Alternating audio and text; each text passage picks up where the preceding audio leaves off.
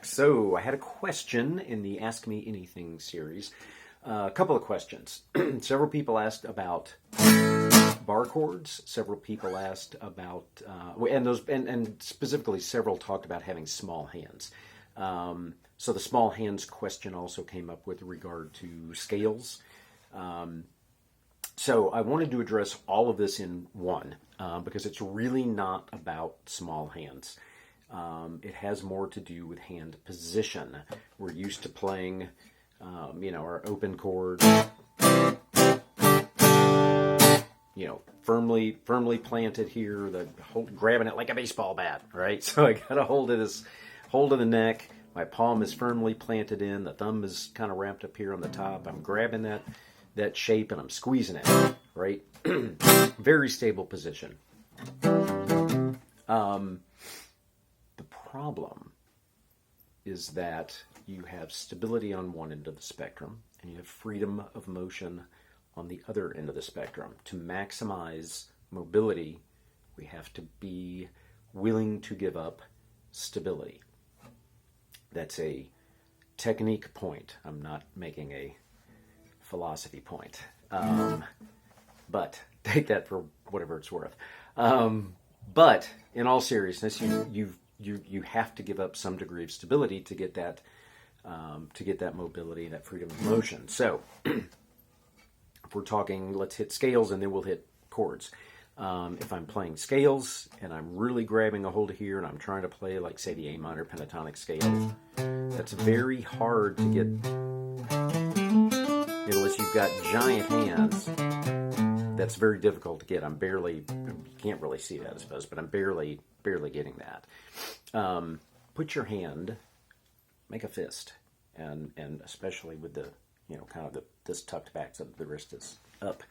Now, just open your fingers, right?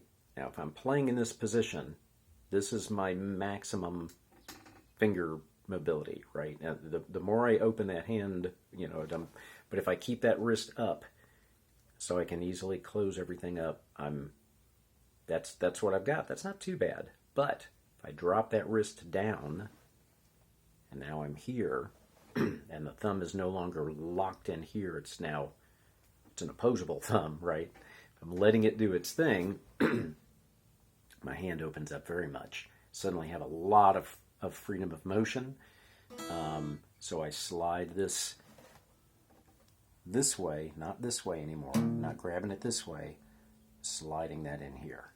Now in this position, I have next to no stability, but I have maximum freedom of motion. So the idea is you'll want to find your own personal balance that's going to work for you. And now if I'm playing something like the A minor pentatonic, that's not a problem because I can easily reach all of those frets. Or if I go to the A major scale, which is going to